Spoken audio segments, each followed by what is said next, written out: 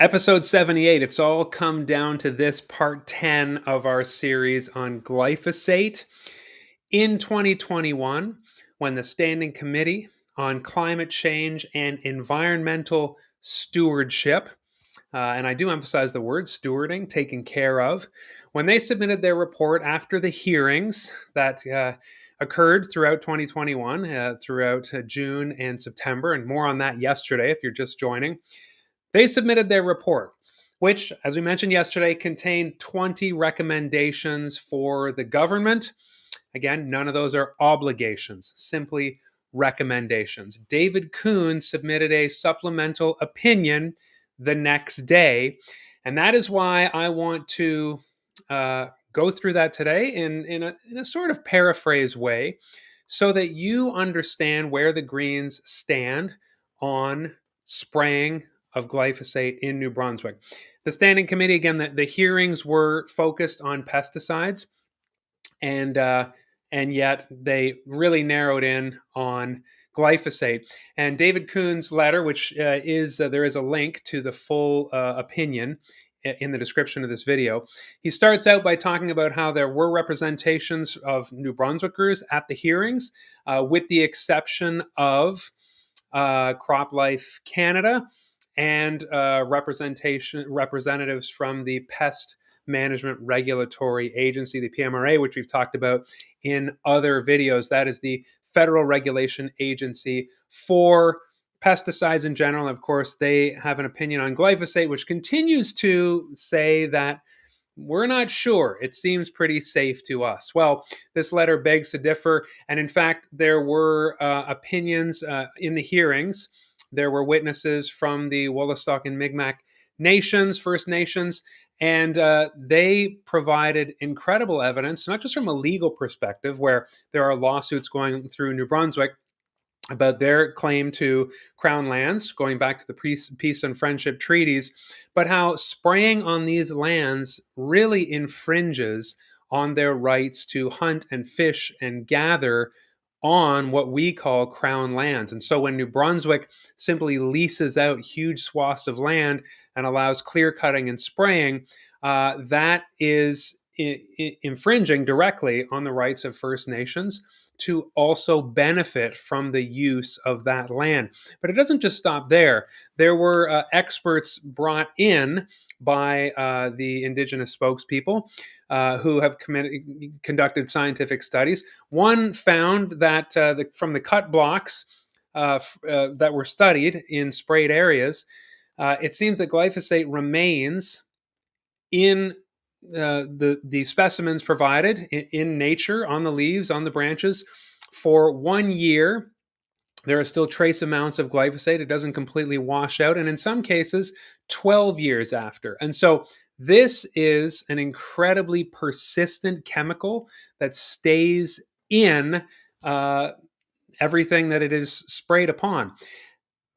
Going from there, there is also evidence that berries that are sprayed continue to have trace amounts of that as well. And so, there was a study that showed that in blueberries that we eat, that gets into our food chain, not just animals, etc., the glyphosate continues to remain in that. I don't know if you want to be eating glyphosate.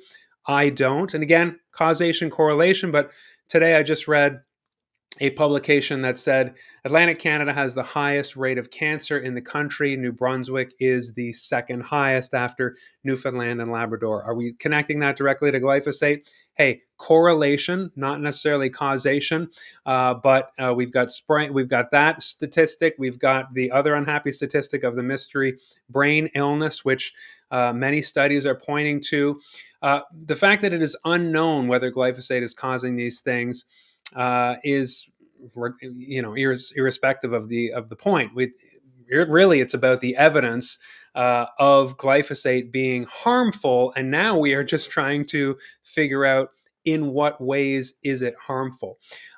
There were other things in David Coon's supplemental opinion about the reduction of biodiversity in the forests, 30 to 40% of bird species being wiped out because, of course, glyphosate gets into the entire food chain in the ecosystem, from insects that the birds eat, et cetera, et cetera. I've already pointed to studies about how it changes the gut health of animals.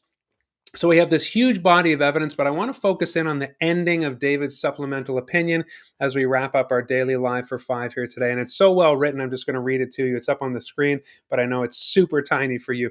No witnesses were called to present their research into the health risks associated with glyphosate spraying because no such expertise exists in New Brunswick. So this is what we talked about in other parts, where as we continue to kick this down the road and say, well, we need more research, we need more expertise, this is a case of that. However, David goes on, the comprehensive review of the current health literature was published in the Journal of Immunotoxicology in 2020 by et cetera, from the University of Laval in Quebec. They concluded the current scientific literature provides strong evidence of the impact of glyphosate and glyphosate-based herbicides, GBHs, as we've read in other studies, on fish and mammals, citing damage to DNA, increases in oxidative stress, disruption to the estrogen system, reproductive effects, digestive effects, impairment of some cerebral functions, and impacts on the immune system.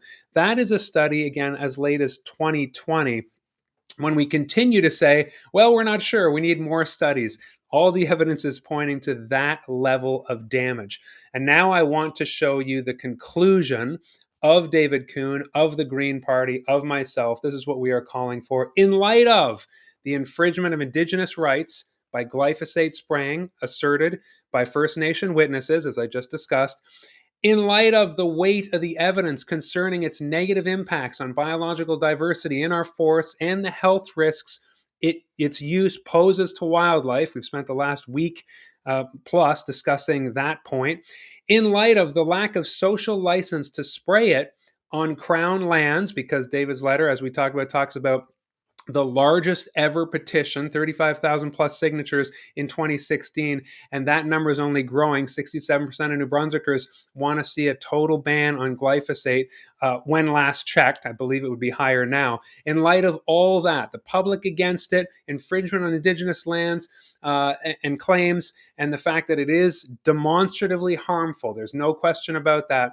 There are sufficient reasons for the Department of Natural Resources and Energy to terminate its annual pursuit of permits from the Minister of Environment to spray glyphosate and end its use over Crown lands. So there you go. It's very unequivocal. That is the stance of the Greens, myself.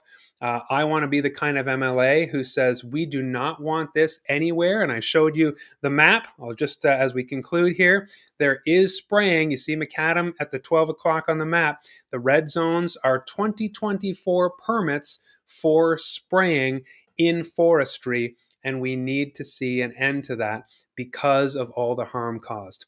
Okay, so tomorrow, episode 79, we're going to turn to a different topic, healthcare. Healthcare is a right, and I look forward to you joining me for that. Thanks for joining me today. I'm off to a town council meeting.